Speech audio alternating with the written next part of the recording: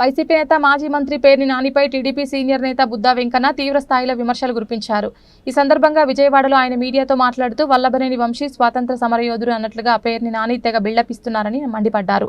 పేర్ని నాని, నీకు అసలు సిగ్గు ఉందా? నీ బియ్యం కుంభకోణం గురించి చెప్పాలని డిమాండ్ చేశారు. బీసీ నేత కొల్లు రవీంద్రను జైల్లో పెట్టించిన చరిత్ర మీదని, ఆయన హత్య రాజకీయాలు చేసే వ్యక్తి మీకు తెలియదా అని ప్రశ్నించారు. సౌమ్యుడిని 55 రోజుల పాటు జైల్లో పెట్టించారని బుద్దా వెంకన్న ఆగ్రహం వ్యక్తం చేశారు. రవీంద్ర మామయ్య నడకుదిట్టి నరసింహారావు మానసికంగా కుంగిపోయి చనిపోయేలా చేశారని అన్నారు. రంగా గారిని వంశీని ఇద్దరిని ఒకే విధంగా పోల్చావు కాబట్టి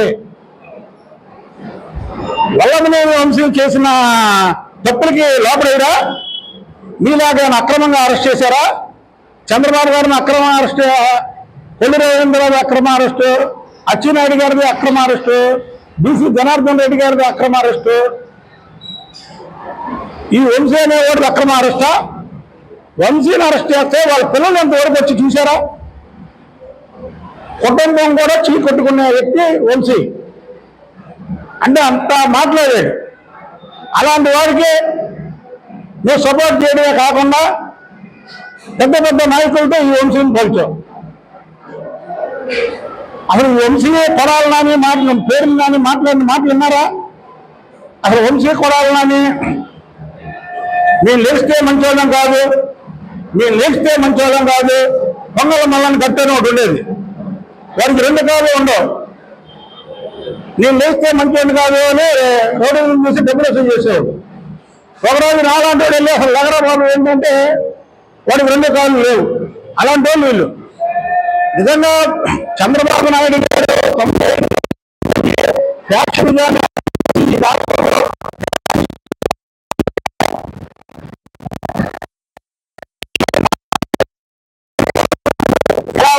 అధికారం ఎలాగా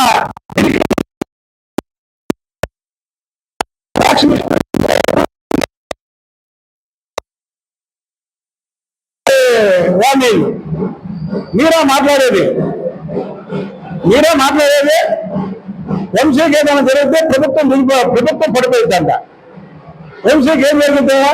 ఏమందో చెప్పు. జగన్మోహన్ రెడ్డి చెప్పాడు కదా అందగాడు కదా, అన్నమైన ఫోటో వికృతులు ఎక్కువ వంశీది. తలకు రంగు దేశాలు పెట్టుకొని, కల్వేడు పెట్టుకొని, మేకప్ వేసుకొని ఉండేవాడు. జైల్లో ఎన్ని కుదరవు కదా. అసలు రూపం బయటపడింది. చూస్తున్నారు కదా వంశీ గురించి ఏమంటున్నారో తెలుగు ప్రజలందరూ. వికృతి రూపం వంశీకి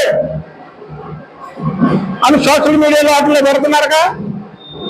మరి జగన్మోహన్ రెడ్డికి ఈ అమ్మగారు ఎలా వచ్చాడో మరి అర్థం కావట్లమ్మా.